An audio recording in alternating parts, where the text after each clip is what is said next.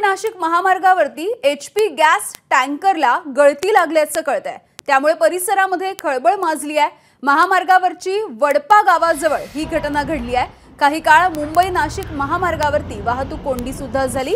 भिवंडी अग्निशमन दलाची गाडी ही घटनास्थळी दाखल झाली आणि त्यानंतर पोलीस प्रशासन सुद्धा या घटनास्थळी दाखल झाले।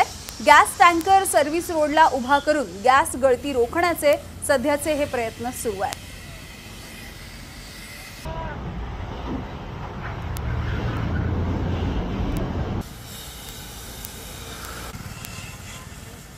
तर मुंबई नाशिक महामार्गावरती या गॅसच्या टँकरमधून गॅस गळती होत असल्याचं समोर आलेलं आहे आणि गॅस गळती होत असल्यामुळे या आसपासच्या ठिकाणचे नागरिक सुद्धा काहीसे चिंतेत आलेले दिसले। सध्या गॅस गळती रोखण्याचे प्रयत्न सुरू आहेत।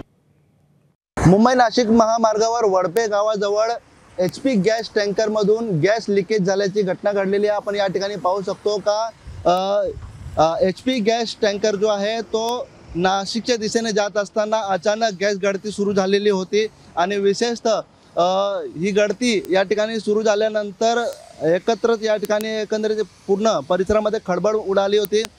एका स्थानिकांनी माहिती दिली का या गॅस टँकरमधून गॅस गळती सुरू झालेली आहे आणि त्यानंतर या ठिकाणी हा जो गॅस टँकर आहे तो थांबवण्यात आलेला होता आणि तात्काळ अग्निशमन दलाला माहिती देण्यात आली होती। अग्निशमन दलाची 2 गाड्या या ठिकाणी दाखल झालेल्या आहेत आणि या गॅस गळतीवरती नियंत्रण मिळवण्याचं काम सध्या सुरू आहे। आपण पाहू शकतो जी लीगल टीम होती HP कंपनीची ती या ठिकाणी दाखल झालेली आहे आणि आता ही गॅस गळती थांबवण्यासाठी प्रयत्न सुरू आहे। विशेषतः या ठिकाणी मुंबई नाशिक महामार्गावरती ही घटना घडलेली आहे वडपे गावाजवळ आणि या घटनेमुळे एकंदरीत नागरिकांमध्ये आणि वाहन चालकांमध्ये भीतीचे वातावरण देखील निर्माण झालेले होते।